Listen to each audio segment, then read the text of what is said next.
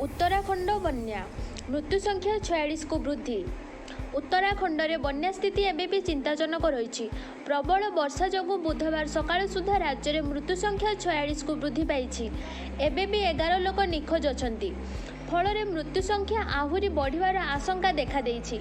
मुख्यमंत्री पुष्कर सिंह धामी आज सबुठारु अधिक प्रभावित होइथिबा जिला मध्यरु अन्यतम कुमायूं गस्त करिसंती। आकाश मार्गरू बन्या क्षतिग्रस्त अंचल देखिबा परे से कहिसंती जे बन्या जोगु व्यापक क्षयक्षति होइछि और स्वाभाविकता फेरिबाकू किछि दिन लागि जिवो। रिलीफ और सहायता पाई मुख्यमंत्री प्रति जिला को 10 कोटी लेखाएं मंजूर करिसंती। उद्धार कार्य पाई सेना, एनडीआरएफ और स्थानीय प्रशासन को नियोजित करा जाइछि।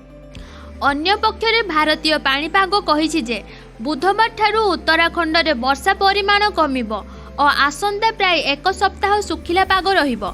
एहा फଳରେ राज्य बन्या स्थिति रे उन्नति आसिबार आशा सृष्टि होइछि। अन्य पक्षरे गतकाली नैनीताल रामनगर रानीखेत रूट रे थिबा लेमन ट्री रिजर्ट्स रे फसी रहिथिबा प्राय 200 रु अधिक लोकंकु उद्धार करा जाइछि।